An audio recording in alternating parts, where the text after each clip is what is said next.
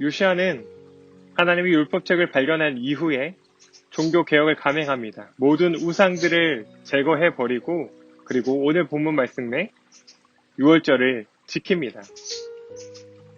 왜 요시아는 이 유월절을 지키는 일을 했을까요? 그것은 아마 이 이스라엘 공동체가 하나님의 언약 안에서 온전히 다시 회복되기 위해서는 이 유월절을 지켜야 한다는 것이 너무 중요하다는 것을 요시아는 알았기 때문일 것입니다. 그런데 이 유월절을 지키기 위해서 요시아는 단순히 어떤 행위적인 것만 하지 않습니다.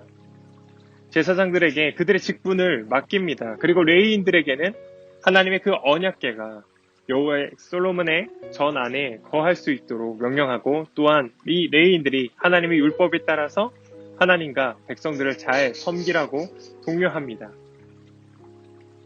그리고 이 유월절을 지킴에 있어서 요시아는 그저 이 직무를 맡김으로써 끝나지 않고 자신의 많은 재물을 이 유월절에 재물로 내어놓습니다. 근데 요시아 왕이 이 재물을 내어놓고 나니까 당시에 그 높은 힘 있던 이 사람들이 방백들이 자신의 재물 또한 자신의 재산 또한 아낌없이 감사함으로 즐거이 내놓았다고 성경은 기록하고 있습니다. 그랬더니 또한 이 레위의 지도자였던 사람들도 또 자신의 것들을 내어놓음으로써 모든 백성들이 이 유월절을 준비하고 지킬 수 있도록 하는 일이 벌어졌습니다. 그런데 이 유월절의 또 한 가지 특징은 무엇이냐면 이 많은 사람들이 자신의 것을 내어놓음을 통해서 유월절이 준비되었는데 유월절을 드리고 난 이후에 당시 이 남은 고기들을 사람들이 서로 나눠 먹는 일이 있었는데 이 고기를 나누는 일에 있어서 가장 먼저 이 고기를 가져간 사람들이 어떤 힘이 있고 권력이 있었던 그런 왕과 고위직의 사람들이 아니라 바로 모든 백성들에게 속히 나누어졌다는 겁니다. 모든 백성들에게 나눠주고 난 이후에 레위인과 제사장들이 자신의 것들을 준비합니다. 또 한 가지 더 있는 것은 그 당시에 이 유월절을 위해서 노래하는 사람들 또한 그 군대를 지키기 위해서 문지기들 이런 사람들 것도 이 사람들이 그 자리를 벗어나지 않고서도 유월절을 지킬 수 있도록 레위인들이 그들의 것들을 다 준비해 주었다라는 것입니다. 여러분 당시 이 유월절을 지키기 위해서 이스라엘 백성들의 삶의 상황은 좋지 않았습니다. 왜냐하면 당시 아수르라는 나라의 통치하에 있었습니다.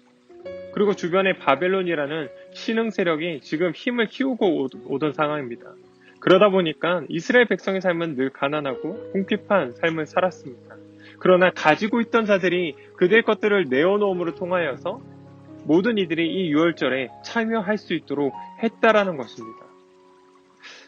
사랑하는 친구들, 우리가 오늘 이 말씀을 통해서 먼저 기억할 것이 있습니다. 우리가 예배를 드림에 있어서 과연 우리의 것을 지금 어떤 것을 내어놓고 있냐라는 것입니다. 우리가 예배를 드리면서 오히려 우리가 가지고 있는 것을 더욱더 많이 세우고 더 많은 것들을 가지기 위해서 혹시 그런 마음으로 그런 목적으로 우리가 지금 예배를 드리고 있는 것은 아닌지 점검해 볼 필요가 있습니다. 내가 가지고 있는 생각을 내려놓아야 하는데 오히려 내가 가지고 있는 어떤 뜻과 계획들, 생각들을 더욱더 이루어내기 위해서 혹시 이 예배를 이용하고 있는 것은 아닌지 우리 생각해 봐야 된다는 것입니다. 예수님께서는 제자들에게 말씀하십니다. 나를 따라오너라. 여러분 우리가 누군가를 따라감에 있어서는 반드시 나의 것을 포기하는 것이 있어야 된다는 것입니다. 나의 것을 포기하는 것이 없이는 따라갈 수가 없습니다. 제자가 될 수 없습니다.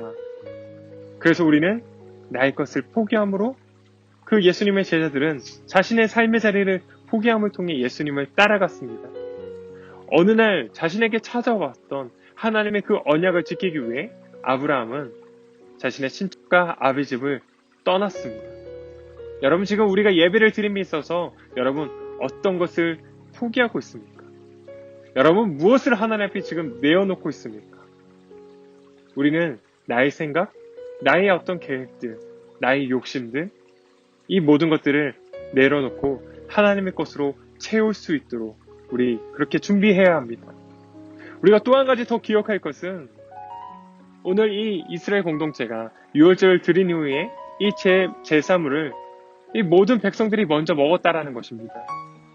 여러분, 이것을 오늘 우리에게 다시 한번 적용해 본다면, 오늘 우리가 예배를 통하여서 우리가 바라봐야 할 것은, 우리가 나가야 할 방향은 나 자신의 삶에 더욱더 어떤 것들을 채우고 하는 그런 욕심적인 모습이 아니라 우리 주변에, 우리 이웃들의 그 삶을 살펴볼 수 있는 그 눈으로, 그 마음으로 나아가야 한다는 것입니다. 우리가 이 예배를 드리는 그 목적이 바로 그 하나님의 그 마음을 향하여서 나아갈 수 있는 그런 우리의 시선이 되어야 한다는 것이죠. 사랑하는 친구들, 우리가 이 요시아의 6월절을 우리가 기억하면서 오늘 우리가 다시 한번 예배를 생각했으면 좋겠습니다. 우리가 이 예배를 드림에 있어서 얼마나 우리가 나의 생각을 내어놓고 하나님의 그 뜻을 온전히 담아내기 위해서 지금 준비하고 있는가. 그리고 우리가 이 예배 드리고 난 이후에 우리의 삶이 더욱더 나의 것을 붙들기 위해서 힘쓰고 있는 것은 아닌지. 우리는 그래서 우리 주변의 이웃들을, 우리 주변의 친구들을 바라보면서 나의 도움이 필요한, 나의 어떤 손길이 필요한 사람들을 바라보며 나아가고 있는지, 그 헌신의 준비가 되어지고 있는지 우리 한번 다시 생각해 봐야 된다는 것입니다. 우리는 하나님의 믿음의 공동체임을 기억해야 합니다. 그래서 우리가 모든 일과 정말 축제와 같은 이 믿음의 일상들을 살아갈 수 있는 하나님의 사람들이 되기를 간절히 기도합니다.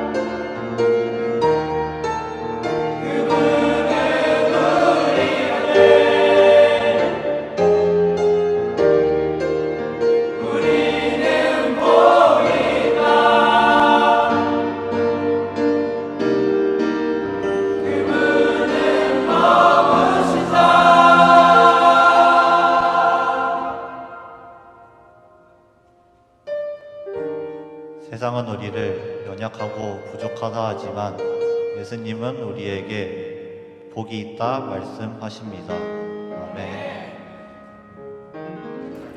하나님 아버지, 오늘도 예배 가운데 함께 해주셔서 감사합니다. 비록 함께 모여 예배하지 못하지만 지금 있는 각자의 자리에서 하나님을 예배할 수 있도록 성령 하나님, 우리들의 마음을 이끌어 주시옵소서. 코로나19로 인하여 우리의 일상이 많이 달라졌습니다. 특별히 학업 가운데 함께하여 주셔서 우리 고등부 친구들 어려움 겪지 않게 도와주시고 한속히 이 상황이 끝날 수 있도록 은혜 베풀어 주시옵소서. 오늘도 전도사님을 통해 주신 말씀 마음 깊이 잘 간직하게 하셔서 어떤 상황을 만나든지 어떤 선택을 해야 할 때든지 말씀이 떠오르게 하셔서 말씀으로 인도함 받을 수 있도록 도와주시옵소서. 항상 건강하게 지켜주시고 항상 기도하게 하시고 항상 찬양하고 감사할 수 있는 고등부 친구들이 되게 하여 주시옵소서. 건강하게 기쁘게 만날 날을 기대하며 예수님 이름으로 기도드렸습니다. 아멘.